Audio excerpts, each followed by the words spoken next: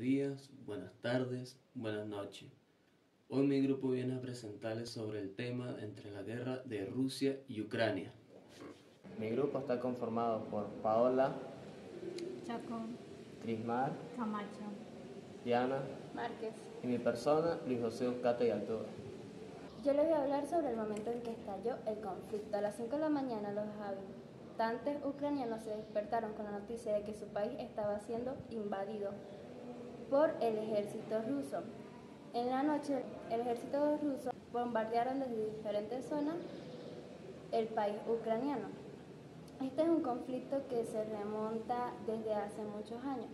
El 22 de febrero del 2014 es una fecha clave para este conflicto, ya que con las protestas del Euromaidán, el expresidente ucraniano Viktor Yanukovych se fue huyendo hacia Rusia, alejando el Kremlin de Ucrania, pero también trayendo consecuencias más adelante como la pérdida de Crimea, la guerra del Donbass y la guerra de Donetsk, Luhansk y 8 años después el momento en que estalló el conflicto.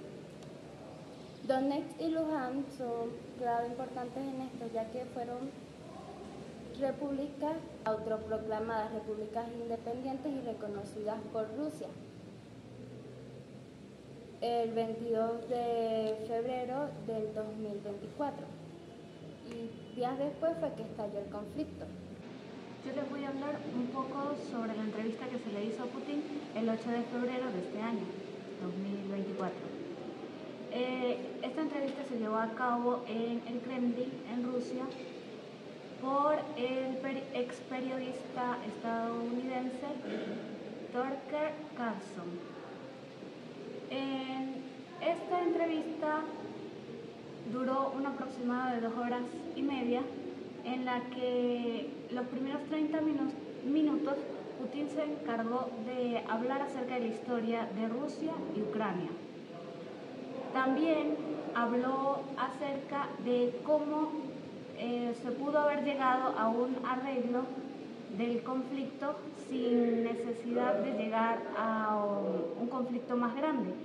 Pero este no se llevó a cabo gracias a que el exministro de Estados Unidos, Boris Johnson, habló con el presidente Zelensky, por lo que no se llevó a cabo este acuerdo. Johnson, días después, salió a decir que realmente no fue cierto. Putin también recalcó que este acuerdo se podía llevar a cabo si los Estados Unidos retiraba su apoyo de armamentos y de militares a Ucrania. Otro punto que también se habló fue acerca de que el conflicto pudo llegar a mayor escala, va a llegar a mayor escala si Estados Unidos sigue apoyando, mandando armamentos, mandando militares a Kiev, esto dando mayor amenaza hacia Rusia que un apoyo a Ucrania. Otro punto muy importante que habló Putin durante la entrevista fue la explosión del gasoducto del Nord Stream, que esto ocurrió en 2022. Carlson le preguntó a Putin acerca de qué opinaba respecto a esto, a lo que Putin dijo que esto se había ocasionado, lo había hecho Estados Unidos, porque él podía tener una coartada para el momento que ocurrió la explosión, más la CIA no la tenía. También habló acerca de cómo él hace 20 años quiso entrar a la OTAN, mas no le fue permitido. No le fue permitido en ese entonces, y hace pocos años también dio a entender que Rusia quiso apoyar en el proyecto de antimisiles de la OTAN y tampoco se le fue aceptado el apoyo. Otro de los puntos de los que Putin habló fue acerca de cómo los militares estadounidenses tienen mayor influencia que los de altos cargos. Los militares tienen mayor influencia porque él fue testigo de cómo estos mandaron militares y armamentos. Putin también recalca en la entrevista la gran influencia que tienen las agencias de los Estados Unidos, ya que él fue testigo de todo el apoyo financiero, político, informático, militar que se le dio a los separatistas del Cáucaso. Yo les voy a hablar sobre el punto de vista de la ética en la guerra, en el cual habla que existen dos versiones durante la guerra, que el cual es uno que se benefician y otros que no se benefician. El primero menciona que aquellos que se benefician son los políticos. Los que no se benefician es la población, no tiene seguridad y la ayuda económica no va directamente hacia ellos, sino que va en este caso a los políticos. Lo que quiere decir en la guerra es hay que hacer el mayor bien para evitar el mayor mal, en donde la guerra tiene justificaciones éticas. Un ejemplo es evitar los daños mayores, destrucciones, muertes y caos. ¿Quiénes se benefician entre la guerra de Rusia y Ucrania? La guerra entre Rusia y Ucrania ha tenido múltiples efectos en la geopolítica y en la economía mundial. Según un análisis, Estados Unidos podría ser uno de los más beneficiados a nivel internacional, específicamente en términos económicos. Se menciona que Estados Unidos podría beneficiarse de la venta de gas, dado que el 40% de gas y petróleo que usa la Unión Europea se lo suministraba Rusia. Y en el caso de interrupción, países como Estados Unidos y otros proveedores como Qatar llenaban este vacío a un costo más elevado. Por otro lado, se menciona un resurgimiento de las comunidades judías en Armenia, debido a la consecuencia de la crisis de Ucrania. Además, la guerra ha provocado un aumento de ventas de armamentos, lo que podría beneficiar a la industria bélica de países con mayor exportación de armamento. Es importante señalar que estos son algunos de los posibles beneficiarios y que la situación es compleja y tiene muchas facetas, incluyendo impactos humanitarios y de los derechos humanos, que son profundamente preocupantes y que no deben ser ignorados. La ONU sigue comprometida con la soberanía, independencia y la integridad territorial de Ucrania y ha advertido sobre un aumento grave de las muertes en el país. ¿Quiénes son los más perjudicados entre la guerra de Rusia y Ucrania? Los más perjudicados entre la guerra de Rusia y Ucrania, sin duda, son los civiles y las infraestructuras de ambos países, así como los soldados que han perdido la vida durante el combate, como los que han sido heridos. Algunos puntos claves son los civiles refugiados. Ha habido un desplazamiento masivo que, según la ONU, el conflicto ha causado el mayor desplazamiento de personas después de la Segunda Guerra Mundial. Víctimas mortales civiles. La Oficina de Alto Comisionado de las Naciones Unidas para los Derechos Humanos ha verificado un número significativo de víctimas mortales civiles, concentrada principalmente en las regiones de Donetsk y Lugansk. Pérdidas militares. Ha habido una gran baja de militares, tanto como Rusia como Ucrania, desde el inicio del conflicto. Infraestructura. Destrucción de las infraestructuras. Ataques contra las ciudades y centrales eléctricas que han devastado la infraestructura, incluyendo escuelas y hospitales. Impactos económicos. Ha habido una crisis económica durante la guerra que ha perturbado la economía de ambos países, con un impacto directo de la vida cotidiana de sus ciudadanos. Impacto social. Traumas y pérdidas. Las comunidades afectadas enfrentan un trauma significativo debido a la pérdida de los seres queridos, hogares y a su modo de vida. Estos impactos son una parte de las consecuencias devastadoras de la guerra que han afectado profundamente a la población de Ucrania y también ha tenido un costo significativo para Rusia. La comunidad internacional sigue preocupada por la grave situación humanitaria y busca formas de proporcionar ayuda y apoyo a los afectados. Punto de vista geopolítico. Desde un punto de vista geopolítico, la guerra entre Rusia y Ucrania ha tenido un evento muy significativo con múltiples implicaciones a nivel mundial. Algunos de estos aspectos que podemos destacar son el cambio de la era geopolítica.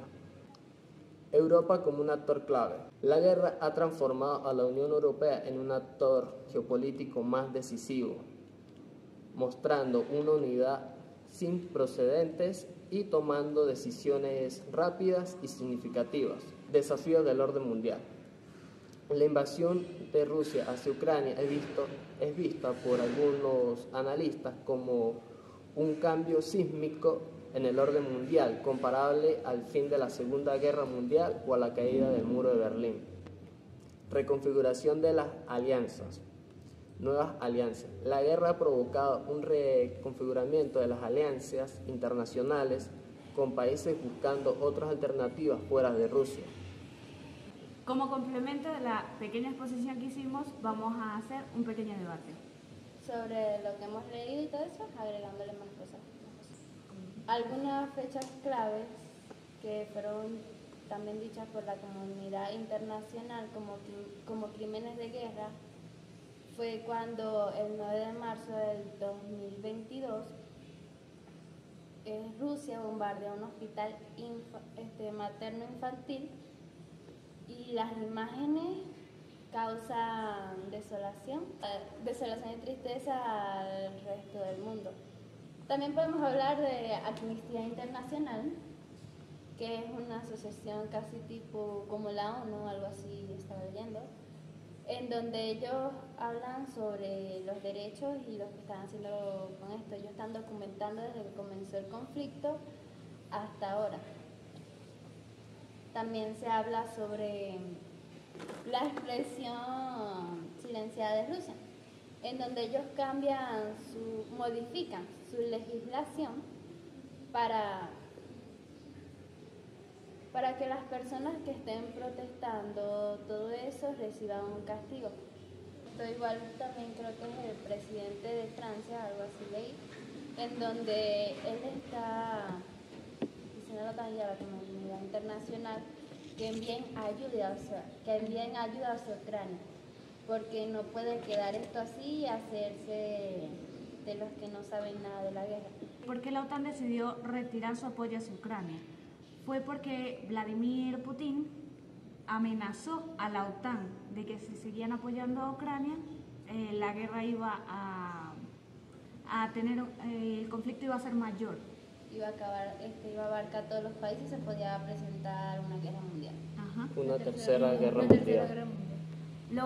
Los países que leí por encimita que retiraron su apoyo fueron Alemania, Estados Unidos, Reino Unido, Canadá, el Reino de Checa y Hungría y algunos otros. Que salieron ministros, salió